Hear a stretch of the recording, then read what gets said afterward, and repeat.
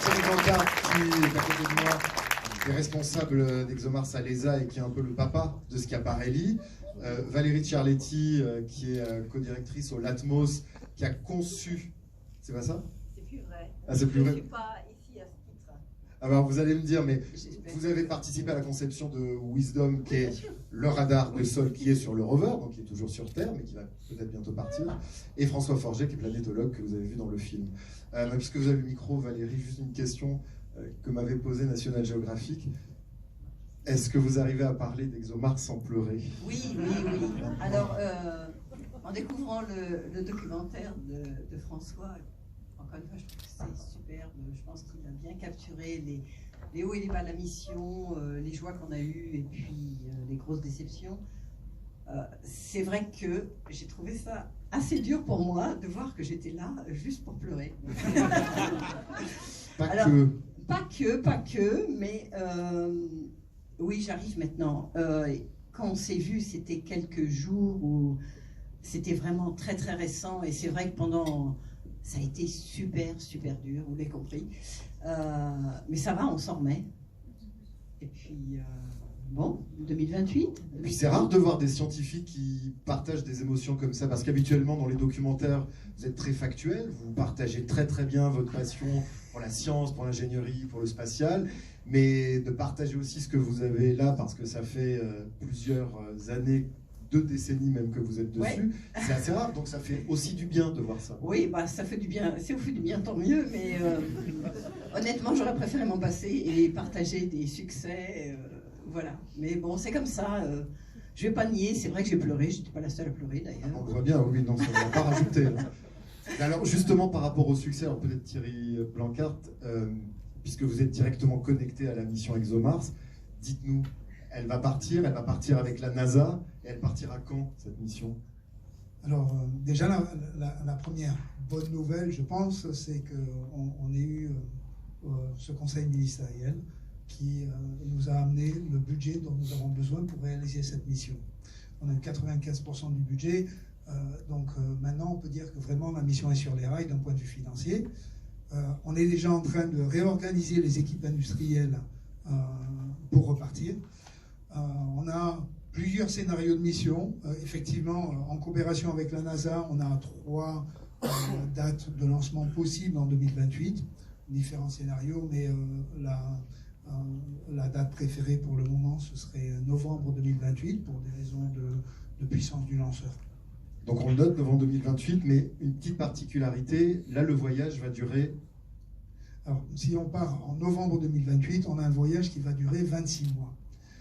Et on va arriver sur Mars le 30 octobre 2030, ou le 28 octobre 2030. Le 28 octobre 2030. Voilà. Le rendez-vous. Donc effectivement, ça prend un peu de temps. C'est pas aussi direct que le scénario de mission précédent, mais quand on veut arriver exactement au même endroit sur Mars, donc c'est pas nous, quand on veut arriver à un certain moment pendant la journée, c'est-à-dire avant la tombée de la nuit, pour pouvoir recharger les batteries une fois qu'on a atterri. Quand on veut lancer avec un lanceur qui peut avoir des performances variées, eh bien, ça nous amène à ce genre de scénario. Ce sera un lanceur américain? Alors, pour l'instant, ce sera un lanceur américain en 2028. On a la possibilité d'utiliser Falcon Heavy, qui est le lanceur de SpaceX. Et la deuxième alternative serait un lanceur Vulcan, qui lui n'a pas encore été testé, mais est dans les cartons. C'est un lanceur qui est conçu selon les mêmes lignes qu'était le lanceur Atlas. Alors, est-ce que peut-être dans la salle, j'ai oublié de le préciser tout à l'heure, mais est-ce qu'il y a des questions plutôt que les miennes pour... Ah, peut-être une là-bas. C'est quand même très hypothétique, cela dit, parce que si les lanceurs ne sont pas prêts, que le choix du lanceur n'est pas fait, cela dit, on a le temps pour répondre Effectivement, c'est l'objet d'avoir le choix entre plusieurs alternatives. Donc, les alternatives en coopération avec la NASA consistent à avoir le choix entre ces deux lanceurs. Si on ne pouvait pas avoir un lanceur américain, à ce moment-là, on pourrait éventuellement se rabattre sur... Pas se rabattre, façon de parler. Si on pourrait utiliser le lanceur européen Ariane 6 qui serait prêt, lui, à ce moment-là, pour un lancement en 2030. Qui devrait être prêt. Parce que pour l'instant... Pour l'instant, il y a eu un certain nombre de retards. Mais on espère que de toute façon, il va y arriver. Hein. Mais ça s'accroche, comme on dit. Voilà. On préférerait lancer en 2028, bien sûr. Alors, la question peut-être... Moi, j'ai une question peut-être un peu bateau, mais rassurez-moi, vous n'aviez pas encore transféré le rover aux Russes? Non. L'ensemble de notre matériel, toute la sonde est encore dans la salle propre à Turin. En fait, l'arrêt de la coopération a été prononcé 2 semaines avant le vol du premier avion cargo Antonov vers Baïkonour. Et la plateforme, elle est toujours à Turin ou elle est partie chez les Russes? La plateforme est toujours à Turin. Tout le matériel est toujours intégré à Turin. On est en discussion avec nos ex-collègues russes pour démonter cette plateforme, pour pouvoir récupérer un certain nombre d'équipements qui sont à bord, dont certains instruments aussi. Est-ce qu'il y avait une autre question? Oui, ici, merci. Dans les nouveaux scénarios de la mission, que fournissent les Américains, en plus du lanceur? Est-ce qu'il y a quelque chose d'autre? Et quelle est leur attitude? Parce que quand même, ils vous ont abandonné, certes, pas de leur fait directement, c'est pas la NASA qui vote son propre budget, mais ils vous ont abandonné il y a quelques années, comme c'est expliqué dans le documentaire. Ils vous voient revenir. Est-ce qu'ils sont humbles? Est-ce qu'ils sont compréhensifs? Quelle est leur attitude vis-à-vis de rancune? Sans rancune. Alors effectivement, sur cette mission pour Rosalind Franklin, on a besoin de petites chaufferettes qui fonctionnent sur la base de matériaux radioactifs. On appelle ça des RHU, Radioisotope Heater Unit. Hein. Et en Europe, on n'a pas encore ce genre de petites chaufferettes. On a utilisé ça par le passé sur la mission Huygens, mais là, en l'occurrence, ces chaufferettes utilisent du plutonium-238 et en Europe, on n'en a pas. Donc le seul moyen d'avoir accès à ce genre de matériaux, c'est d'aller soit chez les Russes. Les Russes étaient capables de nous fournir ce genre de RHU, soit chez les Américains. Et c'est une des contributions critiques des Américains pour ce nouveau scénario de mission. En fait, aujourd'hui, ils ont encore en stock un certain nombre de RHU de la mission Cassini-Huygens, même s'ils ont déjà prévu de refabriquer un nouveau set pour équiper Rosalind Franklin. Si on parle de RHU, donc de matériaux radioactifs pour générer de la chaleur à bord pour préserver les électroniques pendant les nuits, hein, nécessairement, on va parler d'un lanceur américain. Pourquoi? Parce que les Américains n'accepteront jamais d'exporter du plutonium-238 à l'extérieur du territoire US. Donc aujourd'hui, on a une coopération qui tourne autour de la provision d'un lanceur, des RHU, et on est en pourparlers pour également bénéficier des moteurs qui ont fait atterrir Persévérance et Curiosity. Alors une petite question, oui. François, vous vouliez ajouter quelque chose? C'était juste pour préciser par rapport à la situation de quand la NASA a abandonné le programme ExoMars. D'abord, comme c'est mentionné, elle est restée scientifiquement impliquée, notamment avec cet instrument qui s'appelle MoMA, qui est un instrument compliqué, et on peut la remercier. Et puis surtout, il y a eu un nouvel élan dans la coopération Europe-ESA, États-Unis, NASA, parce que depuis, ensemble, nous avons un projet de retour d'échantillons de Mars, donc qui est complémentaire à ExoMars, véritablement. Ce qui fait que, vous avez entendu, on mentionne ce projet qui s'appelle Mars 2020, Persévérance, sur la Persévérance, qui est mentionné plusieurs fois, dont le but est de ramasser, de préparer des échantillons qui vont être ramenés sur Terre. Et là, l'Europe est un partenaire quasiment à 50-50. On fournit le vaisseau spatial, on va dire, qui va attraper les échantillons une fois qu'ils sont en espace, les ramener sur Terre, les déposer. Et c'est dans tout ce contexte-là qu'on a pu repartir sur de bons pieds, je dirais, dans la collaboration, dans les discussions. Ça fait un peu partie d'un ensemble. Et donc c'est la situation un peu plus saine qu'il y a quelques années. Alors si on fait tout ça, on envoie un rover comme ExoMars, celui d'ExoMars, pour essayer de trouver de la vie, si on ramène des échantillons, c'est qu'on a quand même de bons indices sur le fait qu'on y trouve peut-être des marqueurs, des biomarqueurs à l'intérieur de Mars.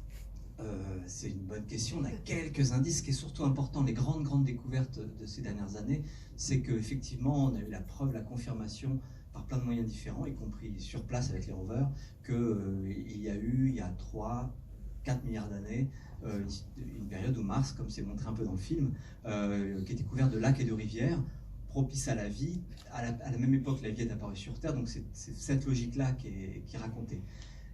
Vous avez tous peut-être entendu parler des rovers Curiosity et Perseverance, qui avaient été précédés par Spirit Opportunity, un grand nombre de rovers américains sur Mars, à laquelle la France participe, mes collègues de Toulouse, et aussi de l'Atmos. Mais je dois dire qu'une particularité, on peut le souligner ici, d'ExoMars, c'est que non seulement il va faire quelque chose d'unique, c'est-à-dire de forer à 2 mètres, ça c'est bien dit dans le film, mais j'ai envie d'ajouter quelque chose, c'est que j'ai la chance de faire partie du comité qui a rajouté la choisi le minute site qui me d'atterrissage. manquait dans le film, peut-être pour compléter. Non, mais on ne peut pas tout dire. C'est que le site d'atterrissage qui a été choisi, c'est encore une autre planète Mars. Spirit, Opportunity, etc. ont été voir on va dire, vont naturellement au fond de lacs relativement récents, très bien préservés. On voit les sédiments, c'est magnifique. Persévérance, c'est sur un delta. Vous voyez, vous avez l'impression de voir une petite Camargue aujourd'hui asséchée, bien sûr. Mais on n'a qu'une envie, c'est de regarder si on n'a pas trouvé des bactéries, voire des coquillages, vous voyez le genre. Bon, un peu. Par contre, pour ExoMars, on a choisi un site bien plus ancien, avec beaucoup d'argile. Vous allez me dire, de l'argile, il y en a beaucoup sur Terre, c'est normal. Il y en a beaucoup sur Terre parce qu'il y a beaucoup d'eau. L'argile, ce sont des roches qui ont été imprégnées d'eau pendant très longue durée. On trouve presque pas ça, on trouve un peu quand même dans les sites plus récents explorés par Perseverance et Curiosity. Et là, on va voir quelque chose, encore une autre planète Mars. Une autre planète Mars où on pense qu'il y avait vraiment beaucoup d'eau, encore plus que simplement quelques lacs et rivières. Donc c'est une des autres raisons pour laquelle ExoMars n'est pas du tout obsolète et ne sera pas obsolète dans 10 ans. On explore une autre planète Mars encore bien plus ancienne que celle explorée par les rovers américains. Alors j'ai juste une question pour Valérie, parce que dans l'équipe NatGeo, on me l'a posé. Vous avez participé donc à la création de Wisdom. Wisdom, c'est un radar de sol. Alors nous qui produisons pas mal de documentaires en Égypte, c'est des radars qu'on utilise pour vérifier s'il y a des cavités, de la présence de puits qu'on pourrait forer. C'est un peu ça, sauf que c'est sur le rover. Mais comment on sait qu'il faut aller à plus de 2 mètres pour aller chercher des traces de vie, et pourquoi pas à 3 ? Oui, alors effectivement, je suis la responsable scientifique du radar à pénétration de sol qui s'appelle Wisdom. Alors pour la petite histoire, parmi les grands plaisirs qu'on a eu dans cette mission, c'est que Wisdom, donc ce radar, a été le premier radar à pénétration de sol à être sélectionné pour une mission. Depuis, on a 2 radars à pénétration de sol sur Mars, un américain, un chinois, il y en a 3 sur la Lune. Des Chinois, on aurait dû être le premier arrivé, on sera peut-être le dernier si on arrive un jour. Voilà, donc pourquoi on s'intéresse au sous-sol de Mars ? C'est la première et vous êtes fait doubler. C'est un peu ça. Oui, enfin, c'est pas que de notre faute, mais c'était une belle victoire. Et pendant des années, dans des congrès, j'étais avec des collègues, même américains, où on expliquait qu'il fallait s'intéresser au sous-sol parce qu'on connaît bien la surface de Mars, on l'a observé depuis l'orbite, on fait de la minéralogie, on a des images super précises, je pense que vous en avez vu, on voit des vraiment très très belles, on connaît bien le modèle numérique de terrain, on voit même des stratifications qui sont exposées dans des cratères, donc on connaît très bien la surface et puis le premier centimètre peut-être de Mars. Mais le sous-sol, bien c'est quand même une grosse inconnue. Alors il y a des radars en orbite qui ont très bien cartographié les pôles, parce que les ondes radar pénètrent très très bien dans la glace. Donc on a de bonnes images des pôles. Alors pourquoi on va chercher la trace de vie dans le sous-sol martien ? C'est parce que ça fait un bout de temps que la surface martienne, les conditions à la surface de Mars sont tout à fait hostiles. Je crois que Frances le dit dans le documentaire, c'est que à cause des radiations, de l'oxydation, l'eau liquide, ne serait-ce que l'eau liquide, n'est pas stable à la surface de Mars parce qu'il n'y a pas assez de pression vu la température, et donc même s'il y a de la glace qui fond, elle se sublime, elle disparaît totalement. On fait une fixation. Mais les 2 mètres, sur l'eau liquide. on l'a calculé, on sait que oui, c'est des modèles parce qu'on ne sait pas trop. En fait, c'est vrai qu'on n'a jamais creusé vraiment si profondément dans le sol de Mars, mais on estime qu'à 2 mètres, on a de bonnes chances d'avoir des biomarqueurs qui soient restés intacts. Parce que si on fait tout ça pour se rendre compte, finalement, il fallait aller à 2,50 m. Mais ça, on ne le saura pas. C'est les 50 cm. On ne le saura pas. Parce que tant qu'on n'est pas allé à 2,50 m, on ne sait pas si c'est mieux à 2,50 m. Il y a un moment, il faut faire des paris. En tout cas, c'est nettement mieux que de rester sur la surface. C'est pour ça que ExoMars reste pour l'instant une mission unique en son genre, même s'il y a des retours d'échantillons, donc d'échantillons prélevés par Persévérance, comme le rappelait François, excuse-moi. Ce sont des échantillons qui ont été collectés quand même pas très profonds sous la surface. Et donc, regarder en profondeur, c'est quand même le truc d'ExoMars. Est-ce qu'il y a d'autres questions dans le public? Oui, si la quête de vie est plus... Si on a plus de chances de trouver des traces de vie à 2 mètres, dans le sous-sol, quel est l'intérêt d'une mission comme Persévérance d'aller, parce qu'ils sont quand même sur un ancien lac, etc., ils cherchent en plus en surface. Quelle est leur chance par rapport à ExoMars de trouver, vous voyez, est-ce qu'on peut se dire, mais quel est l'intérêt à ce moment-là? Pourquoi avoir envoyé une sonde en surface, puisque la vie a plus de chances d'être restée telle qu'elle était en sous-sol? Je vais laisser François répondre, mais je vais juste commencer par une chose. Les molécules, ce qu'on appelle les molécules organiques, sont des molécules qui ne sont pas forcément liées à la vie. Hein. C'est du carbone. Le méthane peut être issu de l'activité volcanique comme je sais pas, des élevages de vaches. Donc il y a dans un cas des biomolécules et dans l'autre cas c'est des molécules qui sont toutes les deux organiques, mais une est liée à la vie et l'autre pas liée à la vie. Ce qui est clair, c'est qu'en surface on peut faire quand même des analyses chimiques, même si les molécules sont détruites ou décomposées, on a quand même des atomes et des fragments de molécules ou même des molécules assez simples qu'on peut trouver au niveau de la surface et qui ont été préservées. Mais la complexité des molécules, des biomolécules qu'on peut chercher, enfin qu'on espère trouver, ou des traces de vie, ne seraient pas préservées à la surface. Et heureusement, on a d'autres choses que la vie à découvrir sur Mars. Oui, bien sûr. Alors, c'est vrai que c'est une question vraiment logique et qu'on se pose parce qu'on va ramener des échantillons qui vont être récupérés à quelques centimètres de profondeur dans les petites carottes. Bah, c'est très difficile de faire autrement. En fait, on n'a pas pu allier le drill. En fait, il faut d'abord le prouver, ce sera peut-être quelque chose qu'on fera plus tard. Alors, d'abord, quand on suit la mission Persévérance, elle trouve quand même des très beaux roches alimentaires. Il faut savoir que dans cette région-là, il y a quand même beaucoup d'érosion.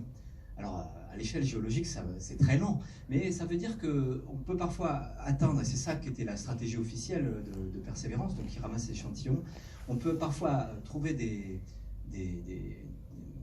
affleurements, des affleurements de roches, qui sont en fait, qui ont été dégagés par de l'érosion éolienne, du vent, qui a peu à peu arraché, et puis on trouve des roches qui datent d'il y a plus de 4 milliards d'années, ou 3 milliards et demi d'années typiquement, hein, pour ce site-là, mais qui en fait ont été profondément enfouies pendant des milliards d'années, et ça fait finalement que quelques millions d'années qu'elles sont remontées près de la surface. Donc il y a un petit pari qui est de dire, avec un peu de chance, on va trouver comme des échantillons qui n'ont pas passé des milliards d'années tout près de la surface à être abîmés, comme on a dit, par les rayonnements et puis le côté oxydant de l'atmosphère, mais simplement depuis quelques millions d'années.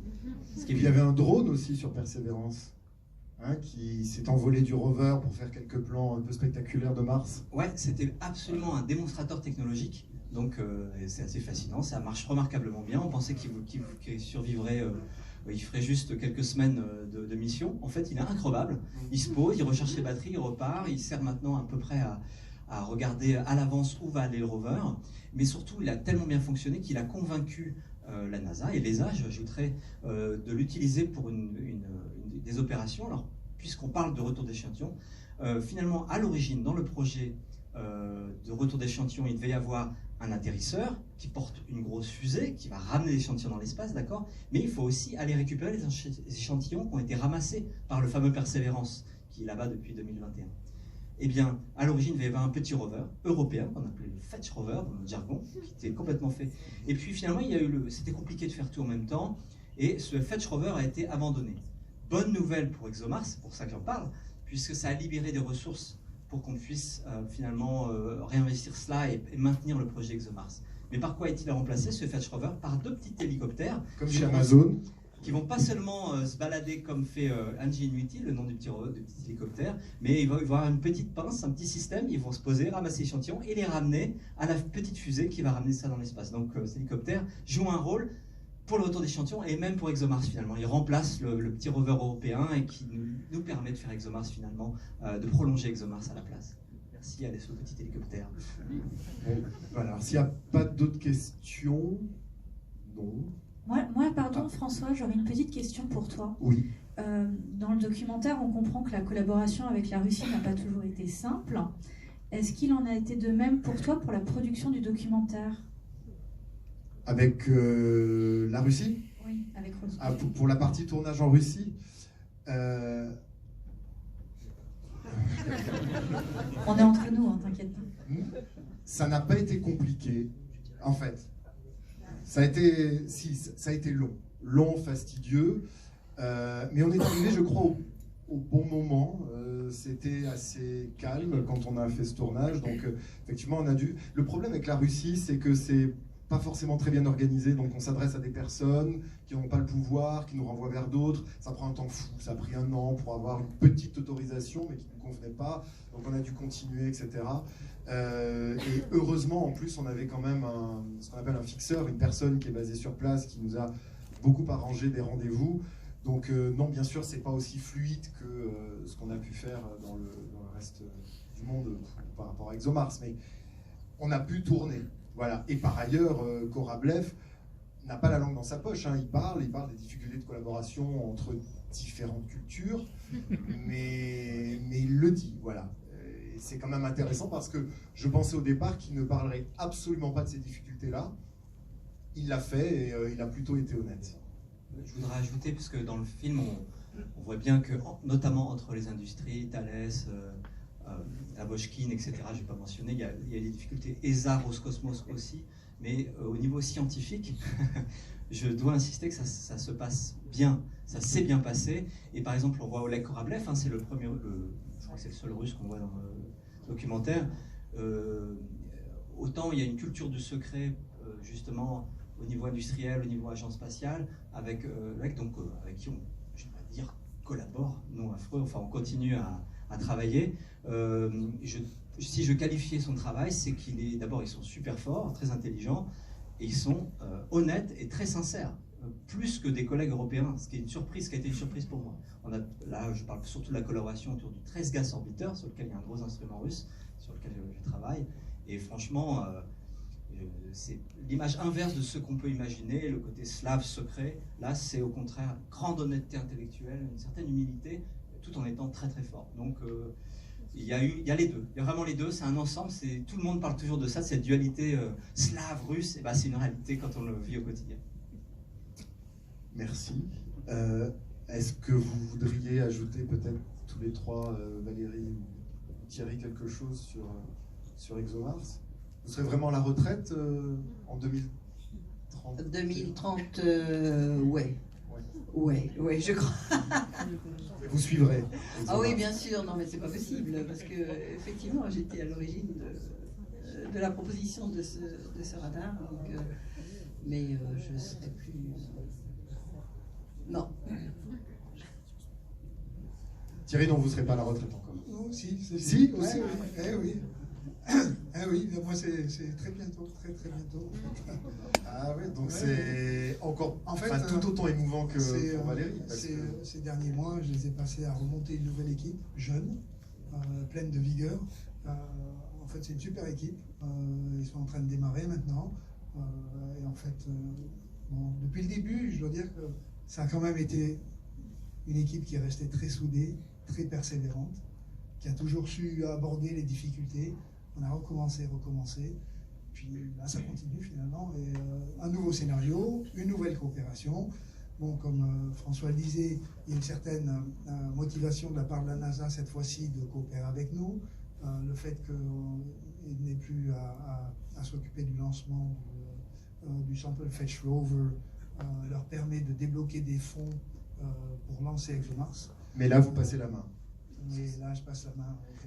Et juste un dernier point, quand vous vous êtes vus en 2016 sur le pas de tir et puis pendant toutes les péripéties, ça vous a fait quoi? C'était émotionnellement très chargé. Je dois dire que en fait, j'étais un petit peu comme Valérie. Il n'y avait pas de caméra devant toi. Oui, il n'y avait pas de caméra, mais c'est vrai que bon, c'est difficile. On se retourne sur toutes ces années, tous les efforts qu'on a passés. Mais c'est quand même un bon souvenir, ExoMars? ExoMars, oui, c'est un souvenir fabuleux. C'est une aventure humaine. on a vécu des coopérations multiples, on a vécu avec tout un tas d'ambitions, de rêves. C'est vraiment une aventure humaine où des gens se sont brûlés peut-être et d'autres se sont épanouis, ont grandi. Et maintenant, la nouvelle équipe est prête à reprendre ce challenge. C'est fabuleux, je trouve. Merci. Merci à toutes et à tous. Ah, dernière question. In extremis. Désolé, j'arrive après la conclusion pour une question technique un peu pour Thierry, c'est ça. J'ai pas très bien compris dans le documentaire. On comprend que le problème de la première sonde, qui a un nom italien que j'ai oublié, Schiaparelli. Que le problème était un des capteurs, un des gyroscopes dans la sonde, et pourtant on a l'impression que vous avez remis en question tout le fonctionnement des parachutes, des fournisseurs de parachutes, etc. Quel a été vraiment le problème en fait? Il y a eu un déchirement des parachutes? Alors, le module Schiaparelli pesait 600 kg et utilisait un seul parachute, un étage de parachute de 12 mètres de diamètre, un parachute supersonique qui s'ouvrait à Mach 2.